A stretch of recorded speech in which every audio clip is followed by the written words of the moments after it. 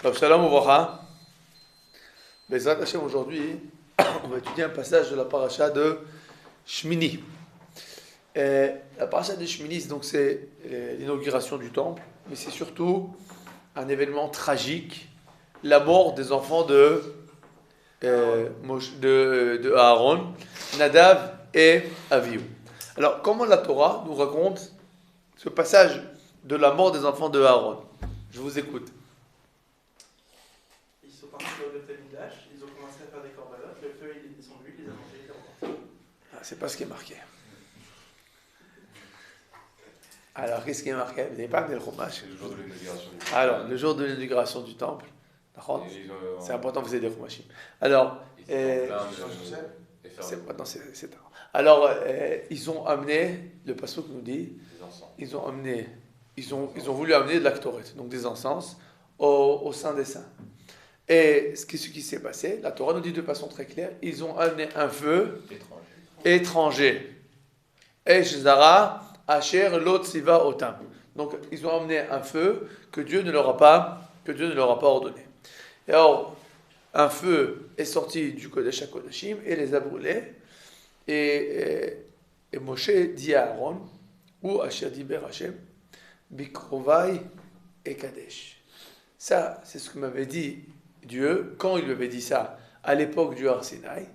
Bikrovai et Kadesh. Donc, je vais sanctifier mon nom par mes proches. Val kol ha'am et kaved. Et je vais être honoré devant le peuple. Vaïdom Aaron, et Aaron s'est tué. D'accord? Ce qui vient juste après, qu'est-ce qui apparaît juste après dans la paracha? D'accord? Les psukim d'après, Vaïdaber Hashem et Aaron, les morts. Donc Dieu dit à Aaron, spécifiquement à Aaron, et pas à Moshe. Dans toute la Torah, marqué Vaïdaber Hashem El Moshe les morts. Ici, il y a marqué Vaïdaber Hashem El Aaron les morts. Yain veshechar al tesht. Donc, ne bois pas du vin et de l'alcool quand tu viens au Beth Amikdash, velo tamut, pour que tu ne meurs pas. D'accord? Donc, il y a une juxtaposition, de deux parachiotes qui demandent à être comprise, à savoir pourquoi l'ordre de l'interdiction de boire du vin apparaît juste après cette histoire-là de Nadav et Avihu. Alors qu'est-ce que vous en dites? D'accord. Parce que, c'est quoi, en fait, tu vois, le plus répandu, c'est de Rachid, c'est en fait, de dire que les Ben Aaron, ils avaient bu. Ils avaient bu. Donc, a priori, c'est pour nous dire quoi? La juxtaposition, il y a là une allusion. Alors, ce que vous dites là, c'est vrai, c'est marqué dans le Midrash. On va lire ensemble le Midrash. Vous avez le Midrash devant vous. Yain veshechar ashtet, donc ne bois pas du vin. Adaou dirtiv altere yain kit adam. Ne sois pas tenté par le vin quand il a l'air bien rouge. Davar acher ketzif oni yafrish, parce qu'il se comporte comme quoi? Comme un serpent. Voici que le serpent, donc, il pique et il tue. Car ben Aaron ou Badam lemita. De même, Aaron et ses enfants ont été séparés par la mort à cause du vin. Détane Rabbi Shimon, parce que Rabbi Shimon nous a enseigné. Les enfants de Aaron sont morts parce qu'ils étaient sous. Rabbi Pinchas, Beshem Rabbi Levi. Ama. Alors il nous a dit la chose suivante. Mashal le melech shayel o ben bait ne'eman. Il s'agit donc d'un roi qui avait un conseiller qui lui était assez proche, assez fidèle. Metzao omed al petach hanuyot. Et voici qu'un beau jour lui dit, tu sais, ton conseiller là, Moshe, on l'a trouvé où? À l'entrée d'une taverne, avec plein de tonneaux de vin, et il avait Comment ça s'appelle? Une chope hein, dans la main et le nez bien rouge. Itiz et trop chaud bishtika. Alors le roi a ordonné tout de suite qu'on lui coupe la tête. On lui a coupé la tête. Omina ben bait acher tartav. Et il a nommé à sa place quelqu'un d'autre. Ve'en anu yodim mipnei ma'arag et harishon. Alors, on ne sait pas pourquoi il a mis à mort le premier homme, le premier conseiller.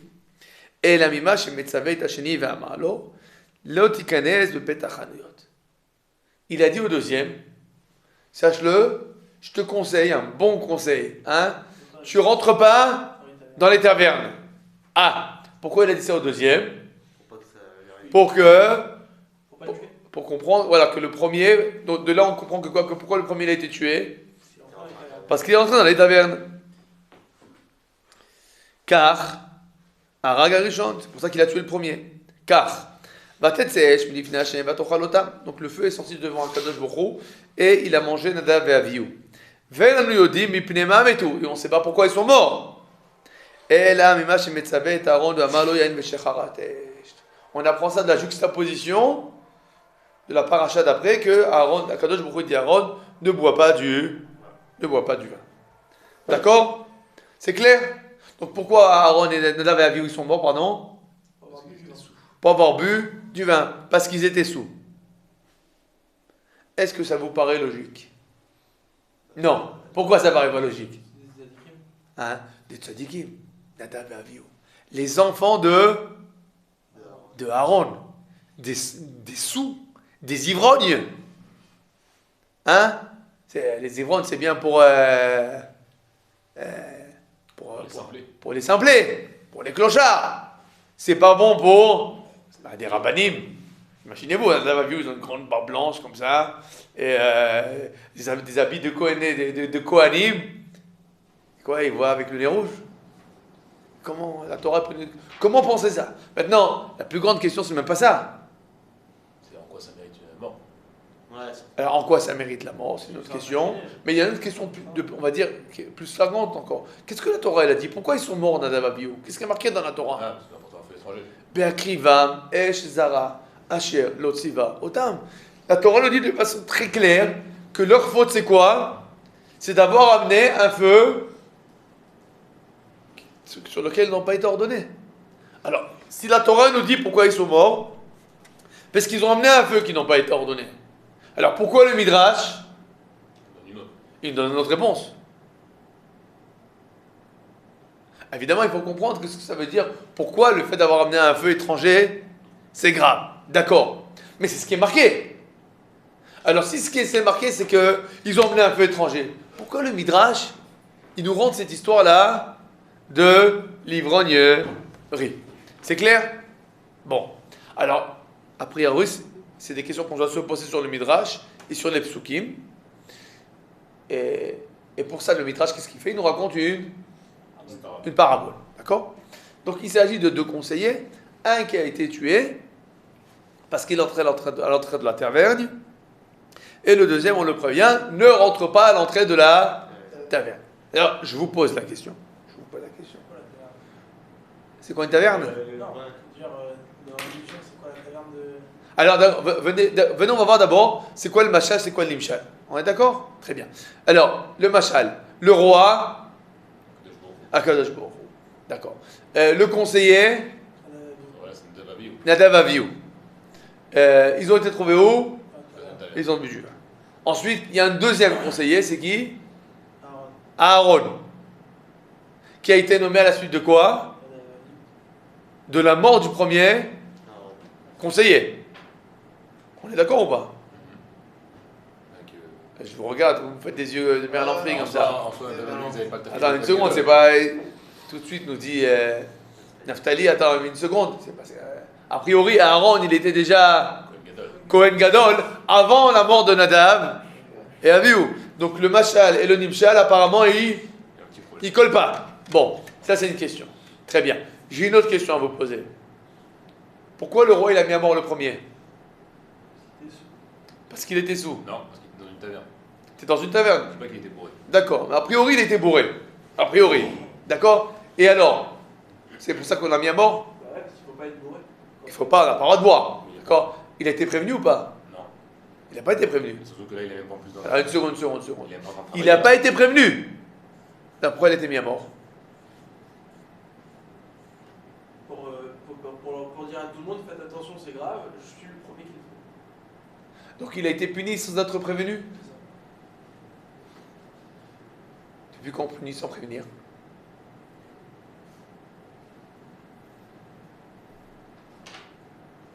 Depuis quand on punit sans prévenir? Dans la Torah, en tous les cas, ça n'existe pas. De punir sans prévenir.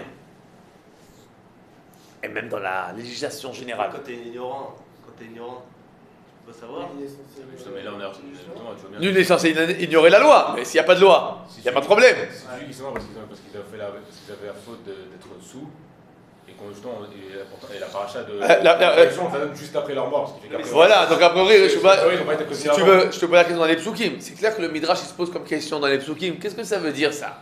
Tu es en train de me dire qu'ils ont été punis parce qu'ils étaient sous. On est d'accord? Mais quand c'est qu'on a l'interdiction d'être sous? C'est marqué après. Ben, si c'est marqué après, comment ils ont été punis?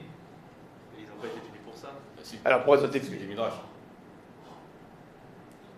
Ils ont été punis pour autre chose. Pour le fait d'être. Qu'est-ce qu'il nous dit le Midrash? Pourquoi ils ont été punis? Tu peux dire que la taverne c'est le Beth Amikdash et ils ont été punis pour être entrés dans la taverne, pas pour les Non, mais a priori, dans l'histoire, ils ont bu. Pourquoi ils ont été punis? Peut-être qu'ils auraient pu faire des fautes quand ils De ramener un feu extérieur, en vrai, c'est pas vraiment du feu, peut-être que c'est pour imager. C'est pour imaginer, on est d'accord, c'est Ils une ont image. ramené, en fait, des forces extérieures, des forces peut-être impures en buvant du vin ou je sais pas, un truc comme ça. Avant de rentrer dans ça, rien qu'explique-moi ce qui est Ils marqué ont dans le pu Machal. voter, Ils ont pu voter. Ce qui est marqué dans le Machal. Le roi, pourquoi il a tué le premier? Mais ça devrait être logique de devoir. Parce que c'est logique. Parce qu'il y a des choses qu'on n'a pas besoin de dire, d'expliquer. T'es conseiller du roi, d'accord? T'as dans toi tous les secrets du pays, la bombe atomique. Tu vas boire comme un soulard dans une taverne? C'est sûr que, on va dire, ça n'a pas besoin d'être écrit dans le protocole. Il y a des choses qu'on n'a pas besoin d'expliquer dans la vie. C'est clair. Hein? Le bonhomme, il va frapper sa femme. Il dit, ah ben, je savais pas qu'on n'a pas le droit de frapper sa femme. Il y a des choses qu'on n'est pas censé expliquer. Hein? Pas besoin d'expliquer. Il y a des choses que tout le monde sait. C'est très logique. On ne boit pas quand on est conseiller du roi. Bon, on est d'accord ou pas? Donc pourquoi le premier a été tué? C'était logique, il l'a pas fait. C'était logique. Bon, alors pourquoi il doit prévenir le deuxième? Parce que peut-être c'est plus logique. Alors attends, si c'est plus logique alors qu'il a puni le premier. Parce que Non, c'était logique. C'était logique, maintenant qu'il l'a fait, ils se sont dit ah bah maintenant c'est bon, on peut le faire. Alors il fait. Non, une seconde. Si c'est logique pour tout le monde. Si ça a besoin de prévenir, il faut prévenir Tout le monde. tout le monde. Parce que pour le premier c'était logique, pour le deuxième peut-être c'est pas logique. Au contraire, si pour le premier on attendait que ce soit logique, on a puni, et c'est tellement logique qu'on a puni sans être prévenu. Mais oui. Pourquoi on a besoin de prévenir le deuxième? Parce qu'il y avait le premier il a fait deux trucs, donc peut-être que comme et peut-être on peut pas savoir c'est lequel des deux trucs qui est puni pour. Donc Oh alors une seconde, alors qu'est-ce que tu es en train de dire? Qu'est-ce que tu es en train de dire en fait? On a prévenu le deuxième? Oui. Il avait besoin d'être prévenu le deuxième? Non. Non. Là, pourquoi on l'a prévenu? Parce que comme le premier il avait fait deux avérotes. Quelles deux avérotes? Bah, ils sont rentrés alors qu'ils ne devaient pas être rentrés, ils sont rentrés pour. Alors une seconde. Qu'est-ce que tu es en train de dire? Reviens sur le roi. Ce qui m'intéresse c'est le roi maintenant. Le premier conseiller, il a été mis à mort, pourquoi? Parce que c'était évident. Le deuxième conseiller, on lui dit, tu sais, il ne faut pas boire du vin. Pourquoi on le prévient? C'est évident, non? Et c'est l'un qui a fait l'erreur, tu peux te dire que. Ah oui, voilà. Non, mais c'est évident. Non, pas si évident. C'est à tel point évident qu'on va lui couper la tête. Peut-être que c'est évident pour le roi, mais pas pour tout le monde.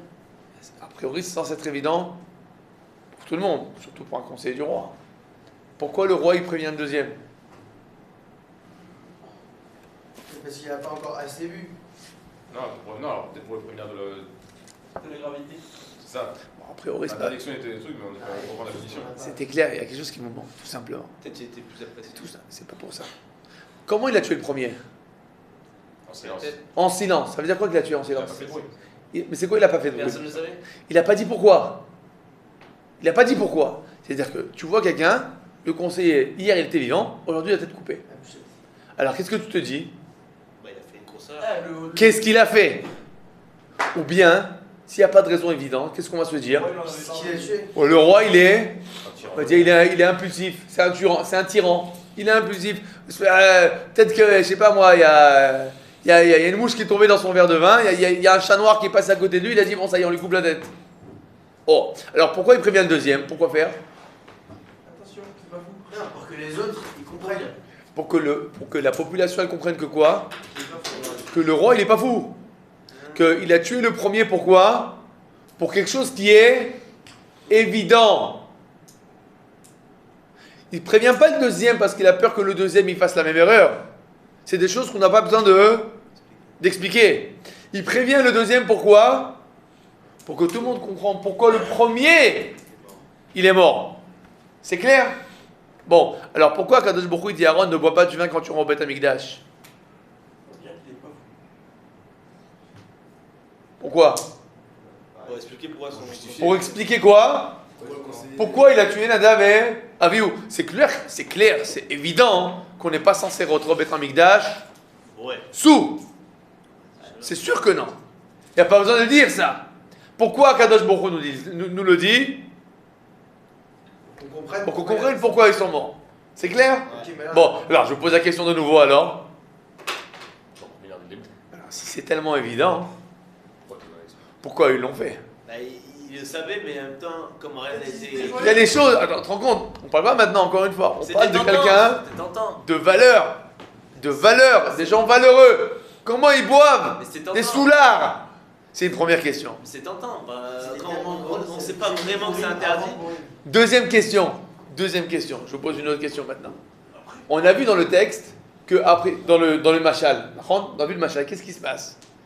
Le deuxième, il a été nommé à la suite de quoi? Que le premier a été déchu. On est d'accord? A priori, c'est pas ce qu'on a entendu. Nous, on a compris jusqu'à présent que Nadav et Abihu, c'est qui? Conseiller. On va dire c'est les seconds de Aaron. C'est pas eux les proches d'Akadosh Baruch Hu. Mais d'après le Midrash, c'est qui les proches d'Akadosh Baruch Hu? C'est eux. C'est eux. Et en effet, qu'est-ce qui est marqué dans les psukim? Bikrova et Kadesh. C'est-à-dire. Je vais être sanctifié par mes proches. Donc c'est qui les proches? Qu'est-ce que Dieu dit de façon très claire? C'est qui les proches? Nadav et Abihu. Est-ce que vous avez une preuve que Nadav et Abihu étaient vraiment des proches? Là, c'était là, c'était ses neveux. Non. C'était, j'ai pas compris. Pourquoi ils sont rentrés au Beth Amikdash? Pourquoi faire? Enfin, du Torah. Pour amener de la Ktoret.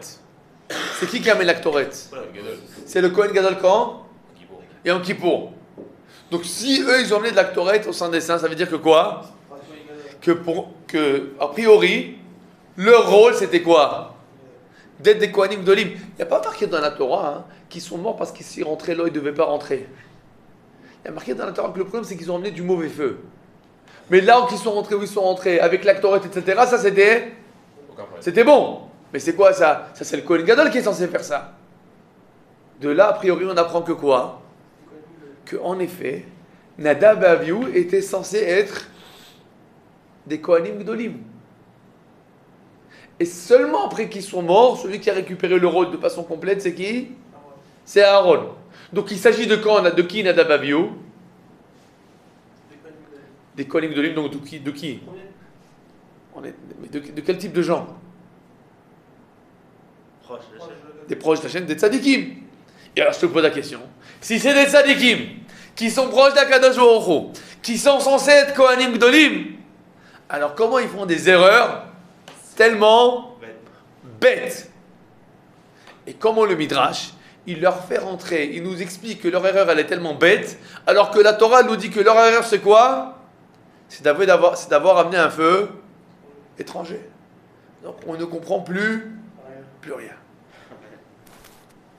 Alors pour expliquer ce qu'on a devant nous, on va se référer à un événement qui est arrivé il n'y a pas longtemps.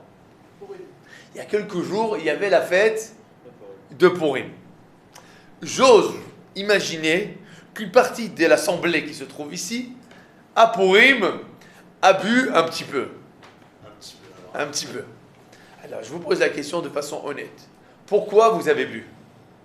Pour la mitzvah. Pour la mitzvah. La mitzvah, il a fait. Encore autre chose. Pour la joie Pour la joie. et le kiff. Et le kiff. Et quoi encore? C'est tout? Ah, c'est banal, hein? Si c'est pour ça, il ne va pas la peine de boire. Moi, je suis joyeux, même sans boire. D'ailleurs, je bois jamais. Tu mets un pour lui? Mais je bois un petit peu. C'est ce qui est marqué dans la lacha, un peu plus que ce qu'il faut. C'est tout, c'est que pour ça, vous avez vu, vous avez pas... Alors, vous n'avez pas le droit de boire. Je vous préviens tout de suite, vous n'avez pas le droit de boire pour eux, puis c'est comme ça. Non, c'est pour se rapprocher d'Akadosh Baruch Hu. Ah!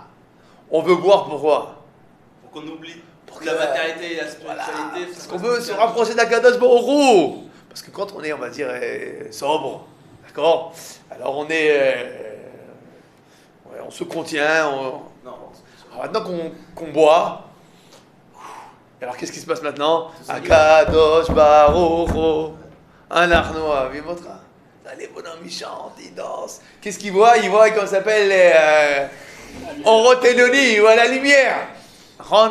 Alors pourquoi les juifs, ils boivent à Purim? Pas pour être joyeux. C'est pas intéressant. Qu'est-ce qu'ils veulent en fait? Se rapprocher d'Akadosh Baruch Hu. Ils se disent, on va dire, les Kabel Kedusha Purim Behemet, on va recevoir la Kedusha de Purim. Comment recevoir la Kedusha de Purim? Un petit harak, une petite vodka comme il faut. Et après, tu es au sein des saints. Dans le Kodesh HaKodashim. Tu parles avec Akadosh Baruch Hu. On est d'accord ou pas? C'est pour ça que les juifs ils boivent, non? C'est comme ça qu'on m'a expliqué, moi. C'est pour ça qu'on boit pour eux. Pour avoir des orotes, des lumières célestes, luminaires célestes. Bon, on est d'accord? C'est clair? Très bien. Alors, qu'est-ce qu'il voulait Nadav et Avihu? Nadav et Avihu, ils vont rentrer au sein des saints. Alors, tu rentres au sein des saints. Mais il est déjà dans ça. Rien de seconde, tu rentres au sein des saints, tu as quand même les choukotes. Akadosh Baruch Hu, les Krovim, etc. Comment ils voulaient rentrer au sein des saints? Bien. Ils voulaient rentrer bien. Comment on va rentrer bien? Pas on rentre comme ça, tout contrit, etc. Pas du tout. Ils vont rentrer au sein des saints et qu'est-ce qu'ils vont faire aux Krovim?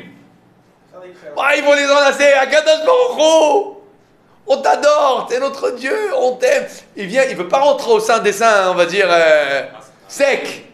Eh non, on va rentrer comment? Avec la fougue. Hein? On va rentrer tout fougueux au sein des saints. Pourquoi on veut rentrer tout fougueux au sein des saints? Parce qu'on aime Akadosh Baruch Hu. Et parce qu'on veut être très proche de lui. C'est un grand kiff quand même. De pouvoir enlacer le roi.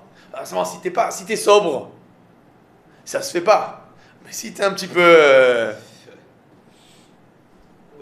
un petit peu bu, tu vas enlacer le roi. Ah, votre majesté, je vous aime. Bon, c'était ça l'idée ou pas? Non, c'est pas. C'est génial, on est d'accord. C'est une idée de qui ça? C'est une idée de... Comment ça s'appelle? De gens simples? Non. Au contraire, c'est des tzadikim qui sont tout le temps à la recherche de quoi?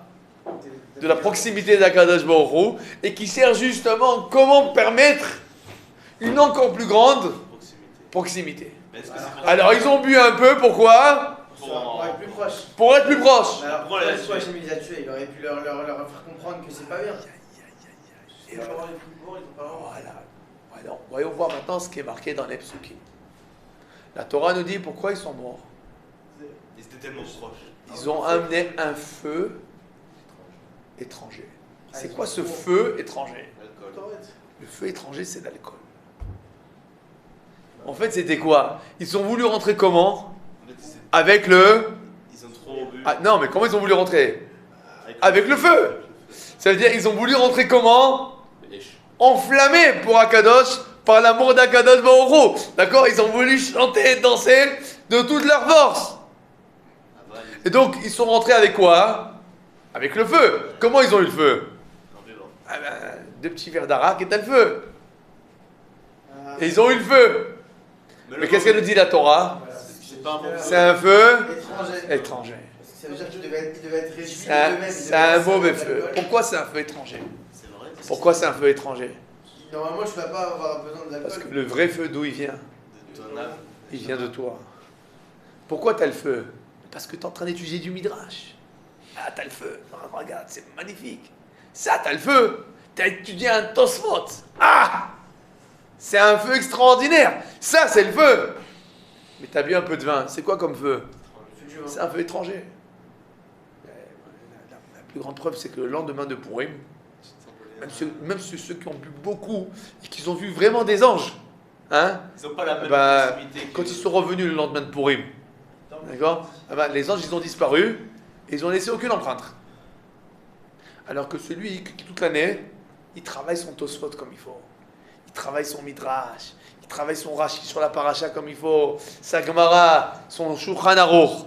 Alors lui, là, il est là le feu. Mais quel feu?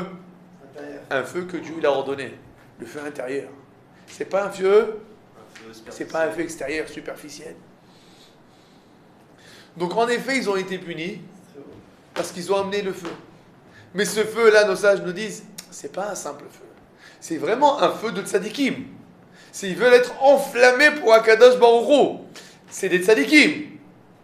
Mais il faut faire attention. Même quand tu veux être enflammé pour Akadosh Baruch Hu, ça doit être une flamme intérieure. Une vraie flamme. Mais tu peux pas avoir les deux? Hein? Tu as un midrash, à côté tu as un verre. T'es en train de me poser. Ah, tu sais ce qu'il dit le Khatam Sofer. C'est quoi le plus grand kiff sur terre? C'est se lever à Khatzot, ouvrir sa Gemara avec un verre de café. Il a raison, je te dis la vérité, il a raison. Tout le matin. Tout le monde dort dans la maison, tout ouvre ta Gemara, 4h du matin, avec le silence total, tout ouvre la Gemara, un verre de café. C'est Olam Hazé, Olam Haba. Tout à la fois. Ça, c'est ça le. Bon, alors tu dis la question, mais alors mais si c'est comme ça, alors pourquoi on boit à Purim en fait? C'est ça ce qui te dérange. Tu es en train de te dire, attends, mais si c'est comme ça, regarde ce qui est marqué sur Nadav Avihu. Réponse. Tu as raison. Et tac. Bon. Réponse. En effet, il faut faire attention. Même à Purim. C'est vrai qu'à Purim, on boit, etc. On veut un peu se libérer. On va dire, un peu se libérer. Mais il faut être conscient. C'est pas ça le travail du juif. D'accord? Tu peux faire ça une fois, vraiment, pour sentir un peu. Mais c'est pas ça le vrai travail. C'est pas qu'à partir de maintenant, à chaque fois que je veux me rapprocher d'Akadosh Baruch Hu et chanter Akadosh Baruch Hu Anachnu Avimotra, que je vais descendre une bouteille de whisky. Ça marche pas comme ça. Tu veux vraiment chanter Akadosh Baruch Hu, on t'aime, étudier la Gemara. De là arrive à Akadosh Baruch Hu Anachnu Avimotra. D'accord? C'est un grand message pour nous. Pourquoi c'est un grand message? Parce que souvent dans notre vie, on cherche justement ce côté explosif, ce côté lumineux. Par exemple, je donne un exemple. Tu rentres, on te donne par exemple à la yeshiva ou dans la vie, même dans n'importe au Beth Knesset. D'accord? Tu as un bonhomme qui vient donner un cours. Alors, tu as le bonhomme qui vient tout feu, tout flamme. D'accord? Il raconte des histoires, des blagues. C'est on va dire, voilà, les gens, ils se roulent par terre de rire. Alors, tu dis, ça c'est un cours. Hein? Et tu as des fois un rave comme ça qui vient, tout comme ça, hein, et il te parle d'une voix monotone, il raconte pas d'histoire, pas une seule blague, c'est même pas question-réponse, c'est un il explique, etc. Tu te dis, bah, qu'est-ce qu'il est? Voilà, Hasra, ennuyeux, hein? Qu'est-ce qui se passe? Par quoi on a tiré finalement? Par le tape à l'œil, par le feu, par ce qui a l'air d'explosif. Mais est-ce que ce qui a l'air explosif est forcément vrai? Est-ce que ce qui a l'air explosif est forcément, on va dire, sain, est forcément intérieur? Non. Des fois, cet homme-là, justement, qui parle sans aucune rhétorique, qui ne sait pas bien parler, qui ne sait pas faire un grand show, mais il dit des choses sensées, de valeur. Et des fois, quelqu'un, c'est un véritable stand-upiste. Pendant 1 heure, il t'a fait rigoler, etc. D'accord, mais à la fin, hein, après 1 heure qu'il t'a fait rigoler, tu réfléchis. Bon, mais qu'est-ce qu'il a dit? Qu'est-ce que j'ai appris de ça pour ma vie? Qu'est-ce que je vais pouvoir changer dans ma conduite après ce que j'ai entendu? Et quoi? Rien. C'est très marrant. Il a raconté plein d'histoires. Mais finalement, j'ai pas vraiment appris quelque chose. Alors c'est du feu. Mais c'est quoi? C'est un peu superficiel. C'est un peu superficiel. Nous devons nous apprendre que quand on écoute quelqu'un, Il faut pas, on va dire, trop donner trop d'importance à l'enveloppe extérieure. Écoute. Écoute celui qui te parle. Écoute celui qui dit un Dvar Torah.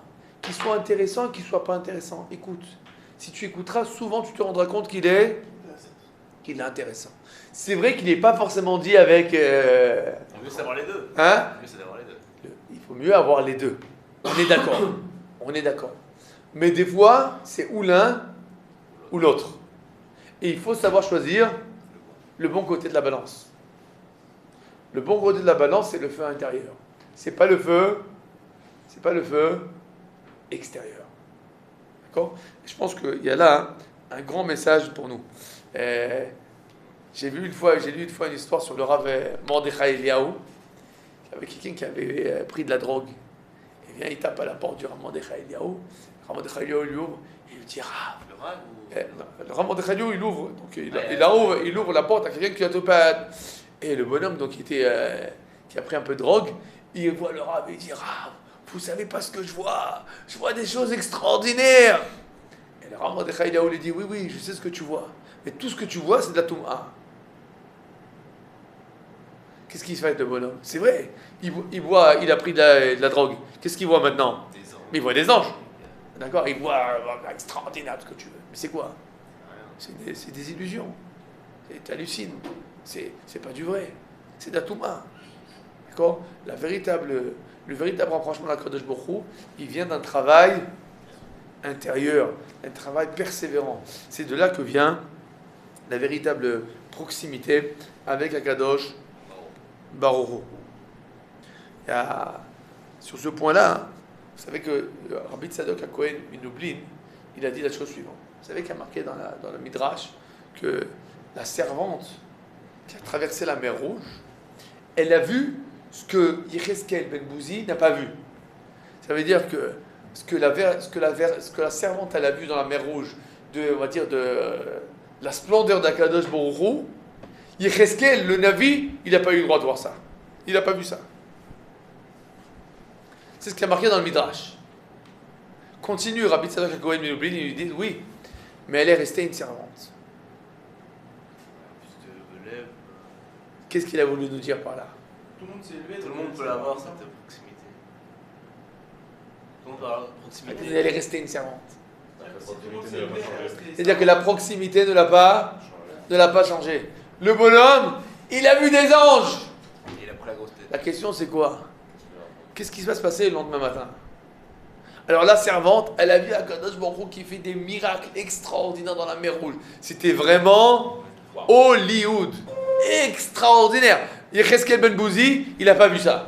C'est vrai, il n'a pas vu ça. Mais Yecheskel Ben Bouzi, c'était un avis, et elle est restée une servante. Ça veut dire quoi? C'est-à-dire qu'elle, le lendemain, quand la mère est revenue sur son train-train habituel, qu'est-ce qui s'est passé avec la servante? Elle est revenue à son train-train habituel. Alors que Yecheskel Ben Bouzi, qui était un Navi, lui il est resté Navi, il est resté prophète. Pourquoi? Quelle différence entre les deux? Elle a vu plus que lui. C'est pas comparé à ton grade. C'est pas venu d'un travail intérieur. Elle a vu plus que lui, extraordinaire. Mais parce qu'il y avait quelque chose de spécial. C'était pour Purim. Extraordinaire.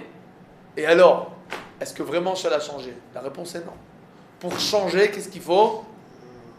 Il faut un travail du jour le jour.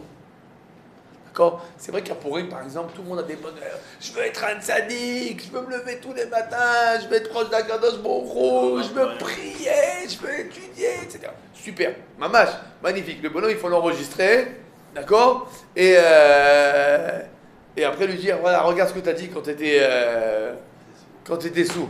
Je touche plus au téléphone, etc. Super, magnifique, voilà. Bon, ça c'est ce que tu as dit quand tu étais sous. Voilà, le lendemain... Ah, mais j'étais sous. Voilà, j'étais sous. Alors, c'est quoi le problème? Il n'y a pas de travail intérieur. Il faut qu'il y ait un travail intérieur. Il faut ce travail, on va dire, à la limite ennuyeux et fastidieux, du jour le jour, pour que notre cœur, il il se change. Pour changer une mida, une mauvaise qualité, il faut toute une vie. C'est encore plus facile que d'apprendre tout le chasse. Gandevina, il a dit, apprendre tout le chasse, c'est facile. Changer une qualité de cœur, c'est plus difficile que ça. D'accord? Alors pour y arriver, c'est pas avec un peu de vin. C'est avec beaucoup de travail. Avec beaucoup de travail. Avec beaucoup de travail. D'accord? C'est de là ce qu'on apprend de cette histoire de Nadav et Avihu.